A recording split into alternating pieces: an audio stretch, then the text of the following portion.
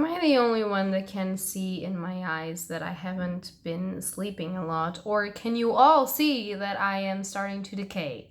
Because if we can all see that, then I don't need to address it and we can just move forward. Hello beautiful bookworms, my name is Karina and welcome to my channel, and today I am bringing you my August book haul. So for the month of August I got 4 thingies to show you, most of it manga / light novels thingies and then a book. And it is not much compared to the last book haul that I made where I had a lot of manga to show you guys, but it's a lot if you're thinking that it's something that I got for the end of the month. So it's already a lot. I don't know. I just like to have books. So for me, it's always a lot. Even if it's just one, I'm always happy. So yeah. So as per usual, I will start with the manga or similar things to it, and then I will go into the only book that I have to show you for this book haul for the month of August. So without further ado, let's just get started to this book haul. So the first thing that I have here is not actually a manga, but it's sort of similar in a way. It is a light novel, which means that it's only written.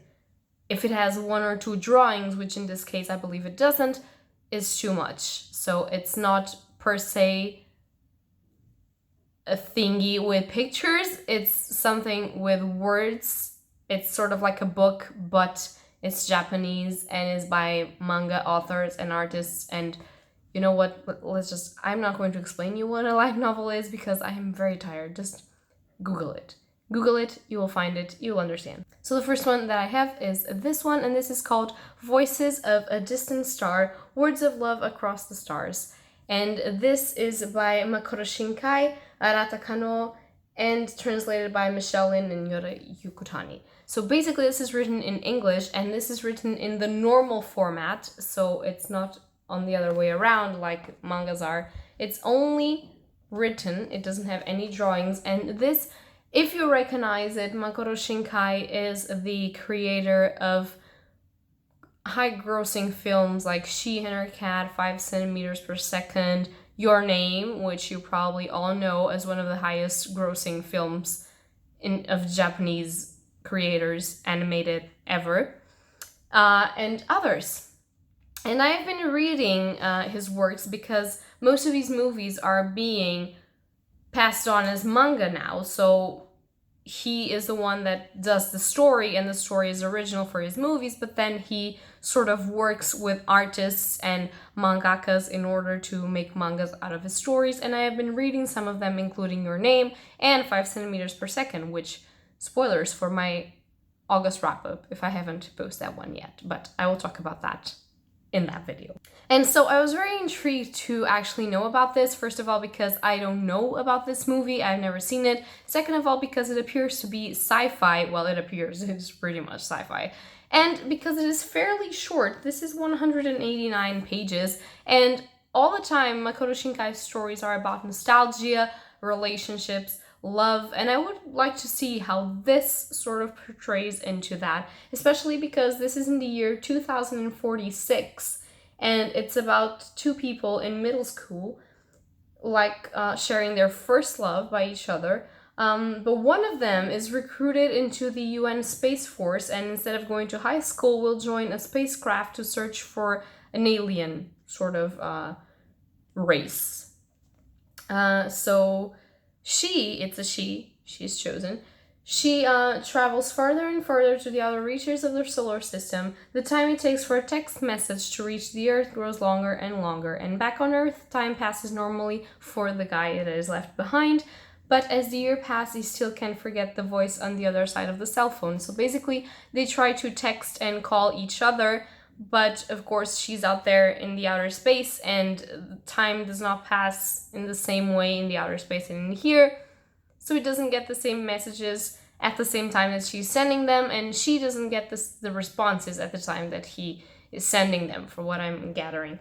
So yeah, basically this has to do with nostalgia and memory, and this was actually an award-winning OVA, and if you don't know what's an OVA, it's sort of like an animation like anime, but fairly short, like just a story. Sometimes it can be longer than the 20 minutes, sometimes it's shorter, or it's just 20 minutes of the normal animation.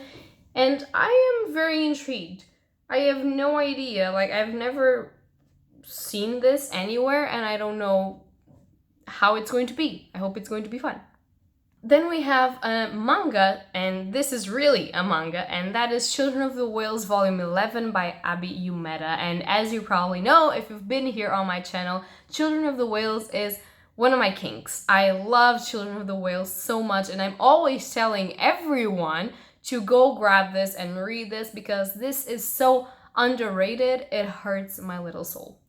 So yeah, here you go. This is about a group of sort of exiled people that live in sort of a sandboat that goes across the sea, and the people that they encounter in the way and how they figure out what happened to their generations in the past and how they deal with the future.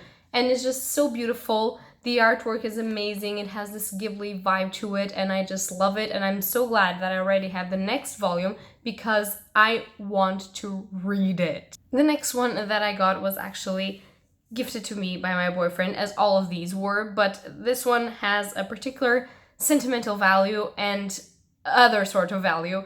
And this is the collector's edition of Cardcaptor Sakura. This is the first volume of a new collector's edition. It is called... How is this called again? It's sort of the... how do you say it? I think it's like the Claw Card edition. I'm not sure how this is called, but it comes with a Claw Card on the inside. I think I still have mine here. It's a Sakura Claw Card. Yay! And basically, yeah, look at it. It first of all is hardcover, and I believe that inside of this there's more than one volume of the mangas. Originally there's 12 mangas of Cardcaptor Sakura, and then there's a new series that is coming out right now, but that's not the point. And I believe that it's only 9 of these that are going to come out. First of all, you can see that this is going to be pricey because look at this. It's just so beautiful. And if you don't know, Cardcaptor Sakura was one of the main things that I watched in my childhood. It was one of the main things that made me love animation, fantasy, and manga in general. So I am so very happy that I got this. It has a lot of illustrations in color on the inside, and there goes my Claw Card. And then it's normal black and white. The pages are really good paper, and it's just so beautiful and so big. Comparing to normal mangas, this is gigantic. And I am just so in love with this. This is basically the story of this athletic little small girl that is in sort of middle school, and she opens a book that she shouldn't have opened, and she releases the Claw Cards, which are cards created by a wizard that supposedly died and left them sealed so they wouldn't disturb the real world. But now that she broke the seal and opened the book, she and her friend Keru, which is supposed to be one of the guardians of the cards, have to pick them up and save them in the book again. And for that, she is bestowed magical powers. And it's just so amazing. She has this best friend that loves filming her in action and making dresses for her. And this is so girly, but it's just so amazing. And I know a lot of boys that love this too, and there's nothing wrong with that because this is amazing. And this is by Clamp. If you don't know, Clamp is a group of female mangakas, and they are very known for Cardcaptor Sakura and other artworks that are beautiful and amazing, all of them, because Clamp is an amazing group. But yeah, I'm so happy, and this is just so shiny and beautiful, and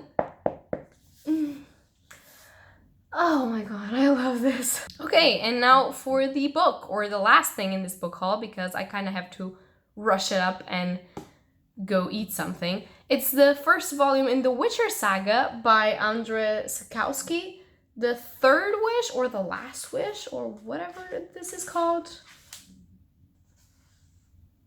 It's going to be The Last Wish, isn't it? Oh, it doesn't even have the English title. It has the Polish title.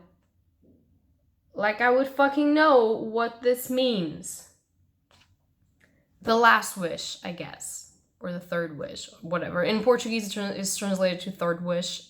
I don't know if that's it. But this is supposedly the first volume of the Witcher series.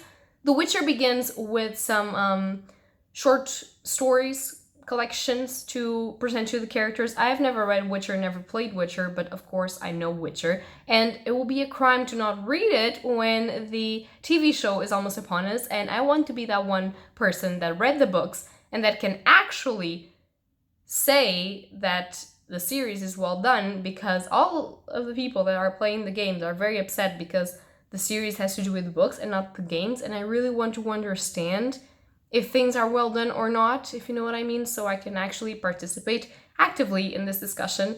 Although I'm pretty much always the person that says that the book is better than any adaptation, but you never know. So basically it's about Geralt.